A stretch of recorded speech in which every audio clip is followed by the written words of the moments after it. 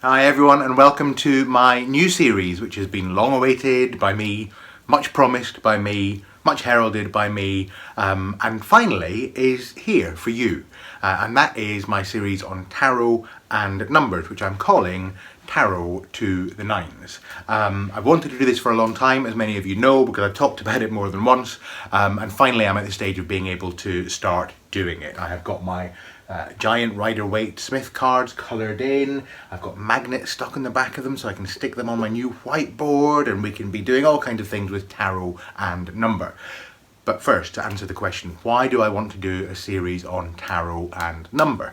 Well, the simple answer is that I originally wanted to do a series on all 78 tarot cards, because I thought I'd like to talk about what the cards mean to me, my interpretation of them, how I think they operate in readings, what I think they symbolise in that broader, larger archetypal context. And then I thought, the thing is, if I start doing it, starting with the Fool and working my way through the major arcana and the four suits and going into all the court cards and so on, by the time I get to the 78th card, as interesting as every one of the cards is, there is a strong possibility that I will have run out of steam by then, and so might you.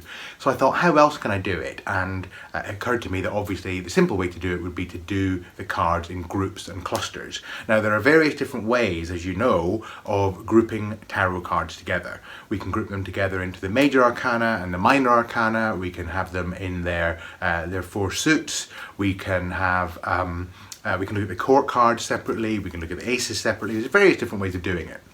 And then it occurred to me that one of the ways that might be interesting to do it, and that actually offers quite a lot of richness, is the process of grouping them together numerically. So looking at how cards that have the same number on them have similar, connected, and sometimes different meanings. And I thought, well, that would be an interesting way of going into groups of cards, which would allow us to talk about the groups as a whole, and then also picking out some meaning from individual cards.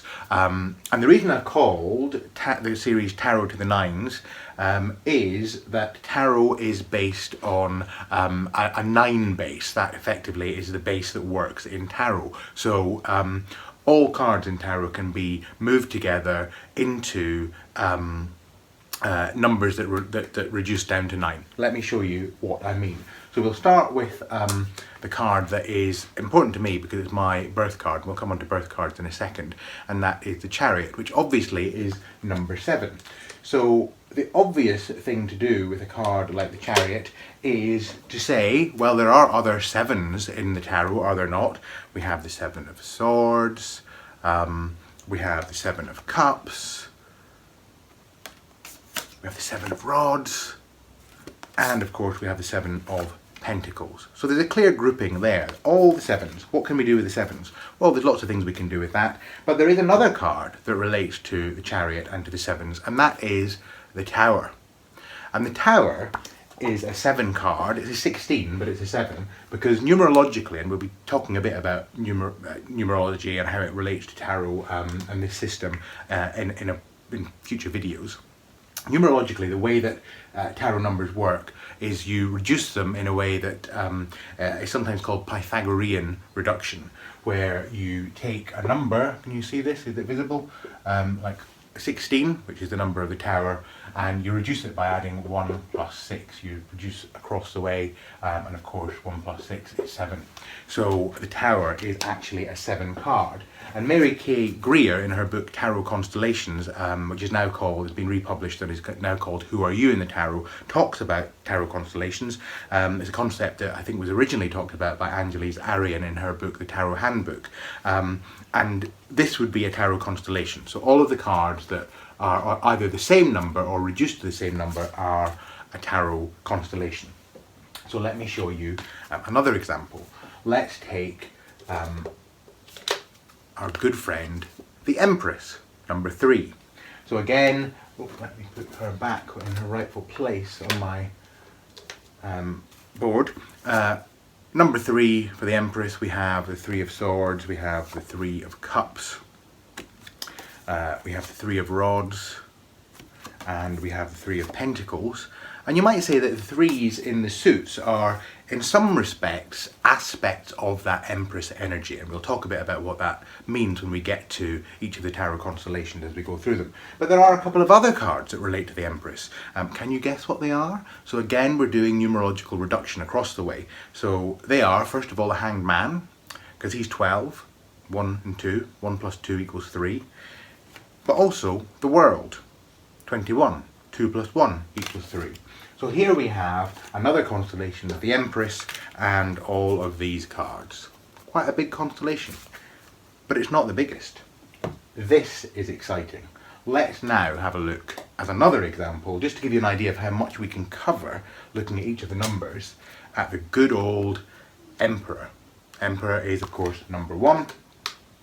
So the obvious thing, what would be the obvious thing? I can hear you shouting at me as I stand here. You're shouting, the aces, Brian, the aces! You're quite correct. The aces, the number 1. So we have the Ace of Swords, we have the Ace of Cups, we have the Ace of Wands, and we have the Ace of Pentacles. And of course, if you look at the Magician card, if you think I'm just blowing smoke when I say that these cards are connected numerologically, look at the Magician's table and you will see the symbols for all 4 suits and all 4 aces are indeed on the Magician's table. So in a very real sense, one could say that the aces flow out of the Magician. But the aces are not the only cards that sit in that constellation of 1. Can you guess what they are? What else would reduce to 1? I'm saying this as though I expect you to answer somehow from the ether, but I know you're out there answering, so that's fine. The 10. 1 and 0. 1 plus 0 is 1. So the 10, the Wheel of Fortune, also sits in this constellation. But we don't stop there, because that also means that the 10s in the suits sit in the constellation. The 10 of Rods, the 10 of Pentacles, the 10 of Swords, and the 10 of Cups. So this constellation, my goodness, as well as the Magician who's back on the board, we have all these cards. So it's a bumper constellation. So that is how number works with tarot. We can cluster together cards in numbers. Now, I know that some of you out there who have a skeptical and inquiring mind will be thinking that's all very interesting from a numerical point of view, but does it actually relate to meaning? Are there commonalities of meaning in these clusters? Is there a way of looking at it and exploring meaning in these clusters that makes sense? Well, I'm going to give you the short answer, which is yes. And then the slightly longer answer I will go into in the next video, where we'll be looking at how you actually, well, I'll tell you in a second what you're going to be doing, because you're going to be finding your number or numbers in the tarot. And that leads me on to talking about how we are going to handle this video series and what we're going to look at. So at a very basic level, what we'll be looking at, as we look at each of the number clusters, we will be looking at how, well, first of all, we'll be looking at the symbolic meaning of the numbers 0 to 9. Or rather 0 to 9, or we'll be looking at what each of those major arcana cards means in the context of this video series, and we'll be looking at what the other cards mean that relate to those numbers. And we'll be doing it so that we can look at the symbology of numbers and what that tells us, but we'll also be doing it just so we can look at how these numerical cards operate in readings. So it can be as basic as that. If that's all you're interested in, that's absolutely fine. And this will work, by the way. I'm using the Rider-Waite-Smith deck for the purposes of this video series, partly because I can get it in giant size, and partly because it's a deck that many people, if not most people, will be familiar with, and it's one that I love and enjoy working with very much, and I think it works well for this kind of series. But because we're going to be using number and talking about the symbology of number, you will find that you don't need to have an illustrated, these are all illustrated majors obviously, but you don't need to have illustrated pips like we have here. You could have a Marseille style deck with unillustrated pips. And that would be absolutely fine, because once you understand what the number 3 means and all the things it can symbolise and all the ways it can interact with other numbers and interact in the context of a reading, you'll be able to read any deck of cards, even playing cards. So we're going to be looking at the symbology of number. We're going to be looking at how number works in readings. We're also going to be looking at life path cards, and that's what I was talking about in terms of the Chariot being my life path card. How do I know that this is my life path card? Well, you do it by numerologically reducing your birth date. So you take the day of your birth and you reduce it to a single number in the way that I showed you there. You do the same with the month, and you do the same with the year, and then you'll have 3 single numbers. You add those 3 single numbers together, you will then have another number, and you'll keep repeating until you find yourself with 1 or 2, sometimes 3 numbers which fit within the 22 cards of the major arcana, and that will tell you a number of different things. I'll explain all of this in the next video, but you will have then your life path card. So I know, for example, that I have the life path card of the Chariot, and a shadow card or a teacher card of the Tower, and then also the 7s in the minor suit are my opportunities and challenges on my life path. That's how it works if you want to go into that. And I'll say a little bit in the next video about you know, how that works, because I know that some people will think that that doesn't make any sense. How can you take my birth date and say that it has anything to do with my life path? Well, you know, we'll talk a bit about that in the next video. I invite you, as we go into this, to be really open-minded and to adopt. Mary K. Greer in her book Tarot Constellations suggests adopting, I think she calls it a magical mindset.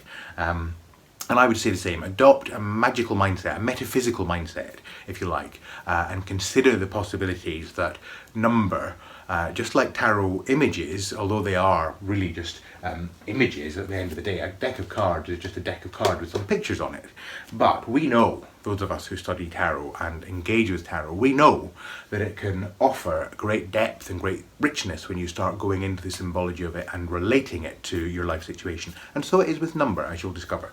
So I invite you to be open-minded and just go with the flow. But you don't, of course, have to do anything with a life path. You can just stick to what number means in readings. That'll be fine.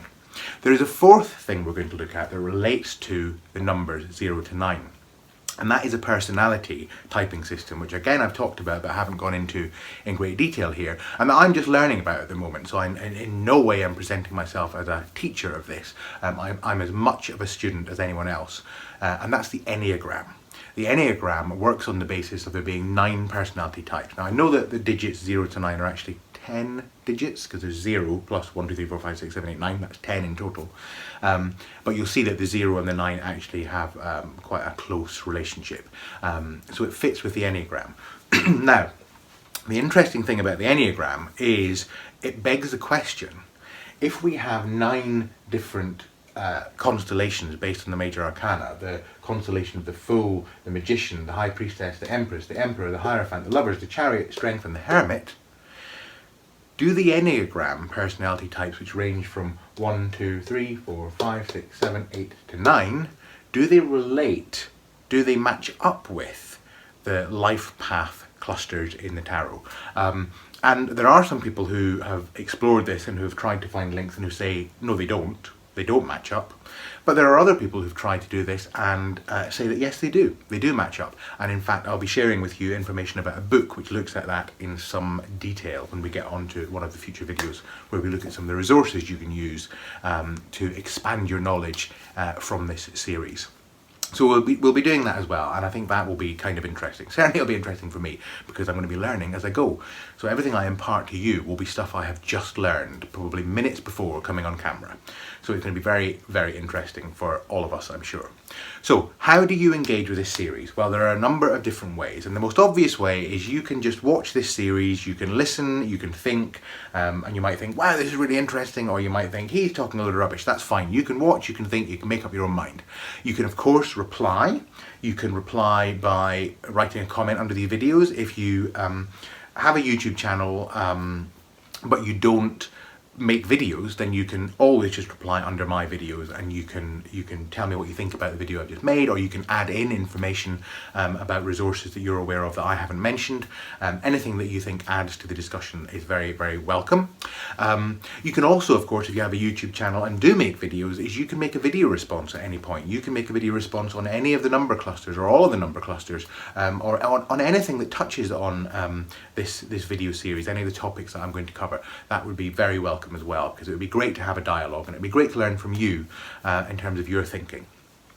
There is going to be another way that you can engage, and I don't know at this point whether that way will be in place when I open the doors to this video, but I am putting together a Facebook group to go alongside this series, which may be up now or it might not be. I'm going to wait until I've at least filmed a few of these videos, so that when I open up the Facebook group I can put a few videos in there, so we've got plenty to talk about when we open the doors and it doesn't just, you know, turn into tumbleweed.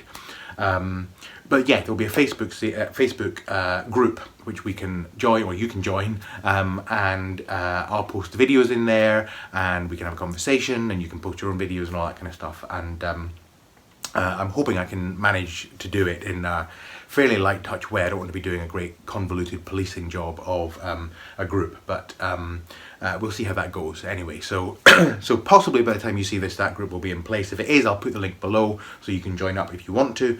If not, then it'll be coming very, very soon. So that's how you can engage with the series. So I think that's about all I need to say for this introductory video. In the next video, I will be talking about how you can find your tarot birth cards, and we'll be using a couple of different methods. There's one that's quite simple and another one that's slightly more complicated, and we'll talk also probably I maybe will in the next video touch briefly on the Enneagram, just so you get a sense of that. And that will give you then, if you are interested in doing it this way, that will give you a number or a constellation that you can adopt as yours. And then when your video comes up, or when we touch on it in other videos, you'll be able to say, hey, that's me. So that is at least what I'm going to cover in the next video, and we might talk also about a little bit about the symbology of numbers overall. You can see as I'm talking that I don't even really know what I'm going to be saying in the next video. I just have a very broad idea. So it's going to be a case of play it by ear. But I'm very glad that you're here. I'm very glad that you're watching. I'm glad that I finally got around to doing this video series, and I hope it's going to be enjoyable for all of us. So thank you for watching, and let's take tarot to the nines.